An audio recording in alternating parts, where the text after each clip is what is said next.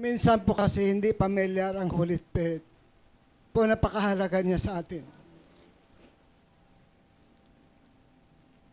Kung paano si Jesus Christ ay sinugo ng Ama, ang Holy Spirit din ay sinugo ni Kristo. At ang Holy Spirit ay magpaparangal kay Kristo. Amen? Bakit pa kailangan natin ang Holy Spirit? Yung Acts chapter 8, verse 4. Si Felipe, isa sa pinili sa 7. Nangaral ng maganda balita sa Samaria. Ang mga Samaritano ay sumampalata sa magandang balita kay Christ. Lahat ng sumampalata nagpabautismo, lalaki at babae. Kaya sa 40 na mabalitaan ng mga taga-Jerusalem na mga Samaritan ay sumampalata sa salita ng Diyos.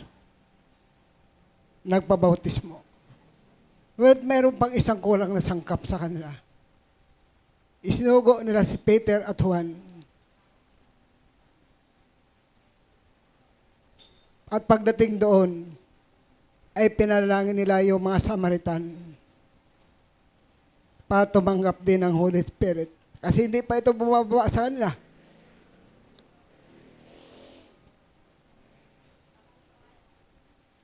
Ipinalangin nila yung mga Samaritano, pinatungan ng kamay, at sila din ay tumanggap ng Holy Spirit. Hindi naging sapat doon sa kaligtasan. Si Kristo ang tagapagligtas. At lahat ng sumampalata ay may katiyakan sa kaligtasan. At nagpabautismo ang mga Samaritano. Ngunit kailangan pa rin nila ang Holy Spirit bilang tatak. Kaya pinalangin nila yung mga Samaritan at tumanggap din ng Holy Spirit. Sa Acts 19, verse 1 hanggang 6, verse 6. Si Apollos ay nasa Corinto. Si Pablo ay naglakbay papuntang Epeso. Nasalubong niya doon ang higit 12 alagad. At tinanong sila, tinanggap ba niyo Espiritu Santo no kayo sumampalata? Hindi po namin alam na mayroong Espiritu Santo. Sabi ng mga alagad. Sa anong paraan kayo nabautismuhan? Sa bautismo ni Juan, sabi ng mga alagad. Pinaliwanag ni Paul ang bautismo ni Juan ay tungkol sa repentance, pagsisisi at pagtalikod sa kasalanan. Ngunit ang kasunod niya, yung magbabautismo sa Espiritu at sa apoy. Amen po ba? Ito si Jesus Christ. So, nung malaman nila mayroong Espiritu Santo, nagpabautismo sila sa Espiritu Santo at pinatungan sila ni Paul sa 6 at sila din ay tumanggap ng Espiritu Santo at nagsalita ng iba't ibang wika at nagpahayag ng mensahe ng Diyos. Kasi ang Espiritu Santo, kapangyarihan ng Diyos. Kapag ikaw nagmi-ministeryo, pag wala kang Espiritu Santo, wala kang kapangyarihan ng Diyos. Kasi magpapalaya sila ng mga demonyo, pagpagaling sila ng may mga sakit. Ma-empower sila ng Holy Spirit.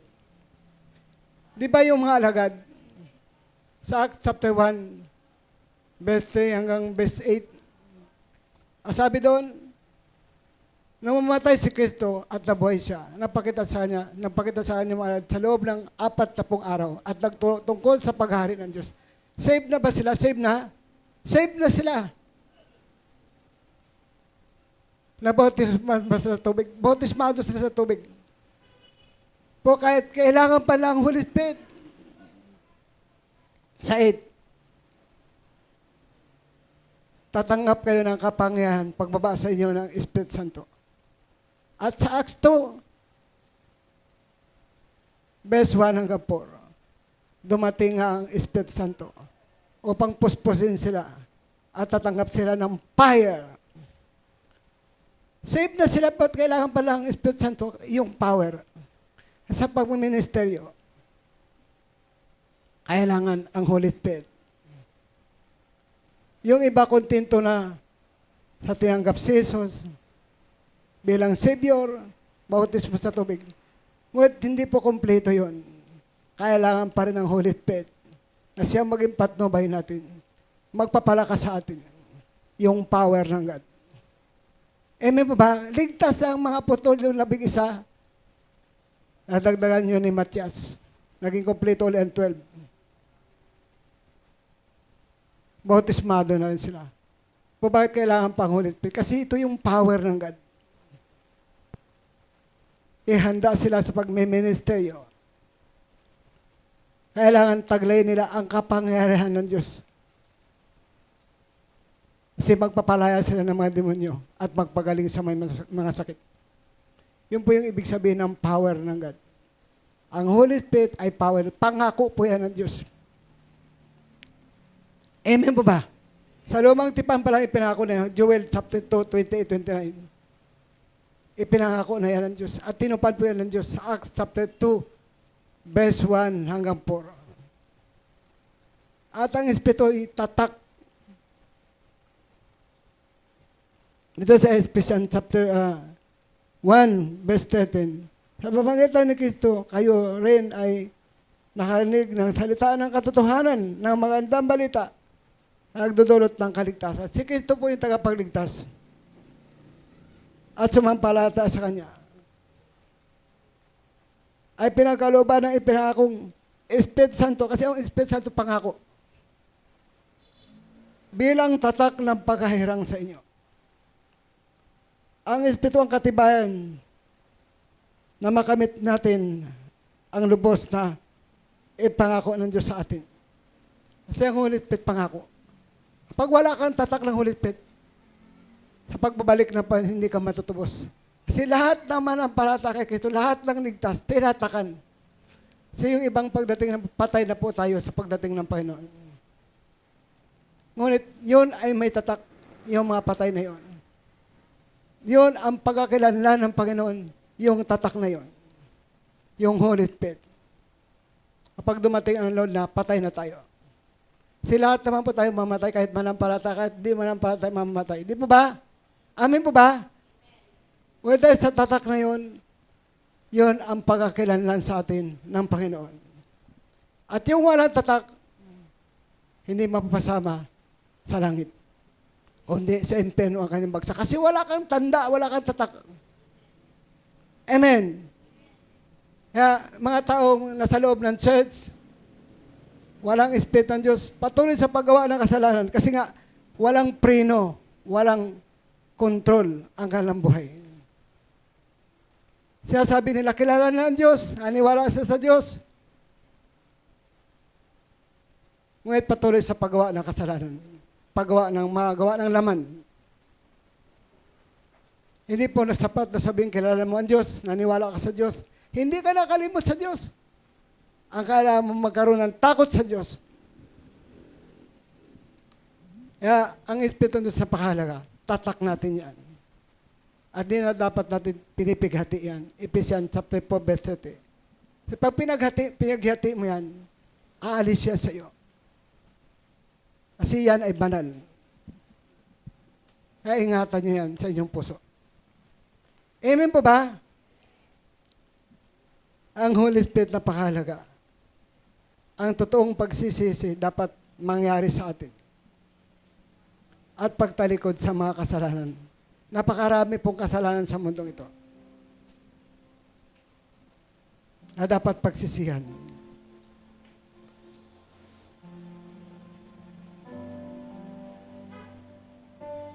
Tayo po'y lumapit sa Panginoon. Lahat tayo kailangan natin si Holy Spirit. Kailangan natin ang tatak bilang katibayan na tayo tutubusin pagdating ng huling araw. Yan po ay desire. Ibig sabihin ng desire, hangarin mo. Ibig sabihin na hangarin mo, nasain mo. Binibigay po yan ng Panginoon kapag mayroon kang desire o pagnanais. Huwag mo sayangin ang pagkataon. Huwag ka maging bingi. Intindihin mo ang mensahe. Napakahalaga ni Holy Spirit sa buhay natin. Galatians chapter 3, verse 13, verse 14. Ang blessing na pangako ng Diyos kay Abraham, kamtan na mahintil. Tayo po mahintil, tayo hindi tayo Hudyo. At ang Holy Spirit makamit sa pamagitan ng pananalig kay Kristo Jesus. Ang blessing makamit din sa pamagitan ng pananalig kay Kristo Jesus. Hindi ikaw ang gagawa nun, hindi si pastor, kundi ang Diyos.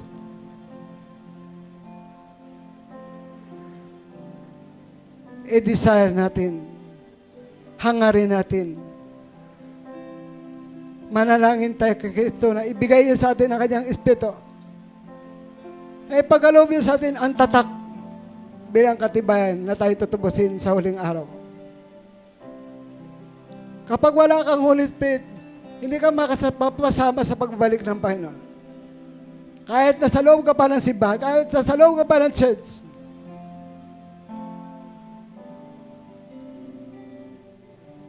Kasi lahat ng nalig kay Kristo, save, ligtas. Ang bautismo kasi utos dapat sundin. Well, kailangan pa natin ng Holy Spirit na bilang tatak sa atin, bilang palataan, na tayo'y mga hinirang ng Diyos, na tayo'y tutubusin pagdating ng huling araw. Kaya, talikuran po natin ang ating mga kasalanan. Yung mga gawa ng laman.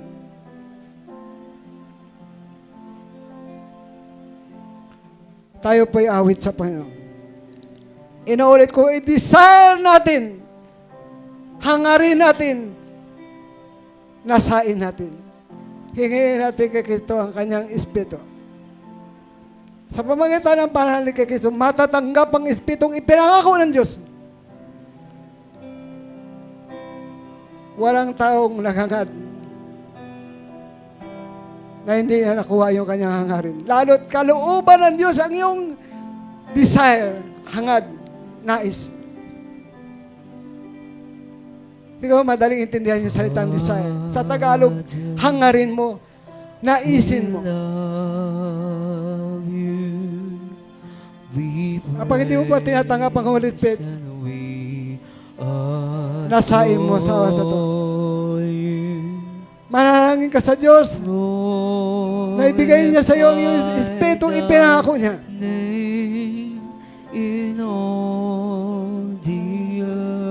Mapalad ka kasi nasa loob ka ng mga aral ng Panginoon.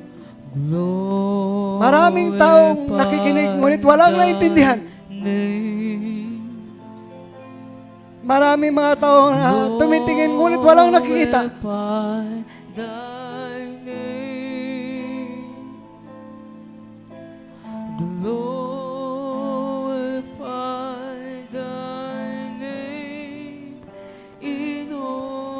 Matanda ka man, bata ka man, para sa iyo itong pangako na ito.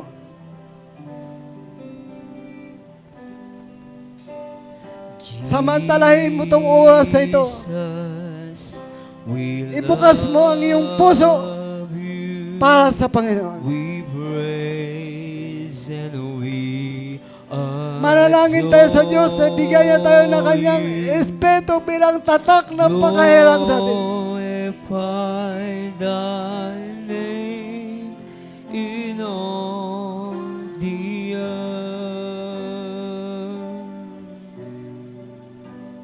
Ang Espiritu ang katibayan na tayo muling matutubos pagdating ng Panginoon. Glorify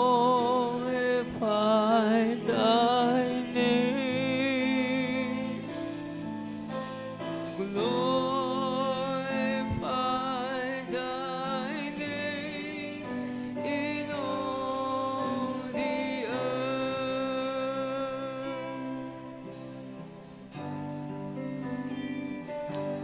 Holy Spirit,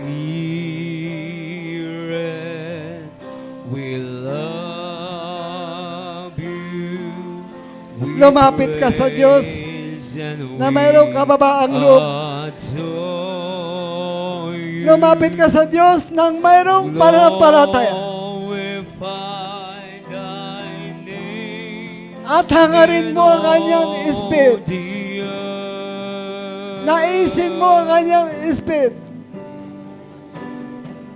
Oh, if I thy name, I-desire mo glorify ang Espiritu ng Diyos thy sa buhay mo. Glorify thy name in all the earth. I-open mo ang iyong pandinig, i-open mo ang iyong puso. Glorify Sabihin mo sa Panginoon, buksan ang iyong isip, buksan ang iyong puso. glorify thy name. Dahil lahat Glorify ng humihingi sa Diyos in all ay binibigay ng Diyos. Glorify thy name. Glorify Ano man daw ang hilingin at sa panalangin kung maniwala ka ay matatanggap at matatanggap mo. Glorify thy name in all the Desire! earth. Hangarin mo! Glorify Naisin mo! Gustuhin mo! thy name. Kauhawan mo! Glorify thy Kauhawan mo ang Spirit ng Diyos! Glorify thy name in all the earth.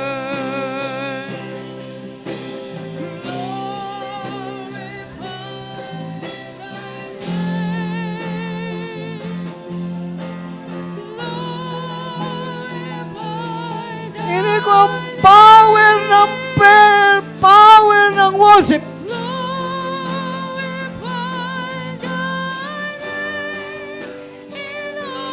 Ini namin ang power ng God. Ini namin ang Espiritu ng Diyos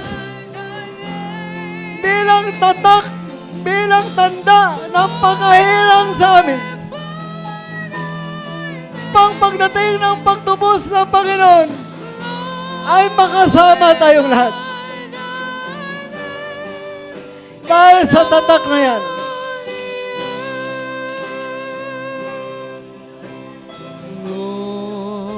Glorify thy name.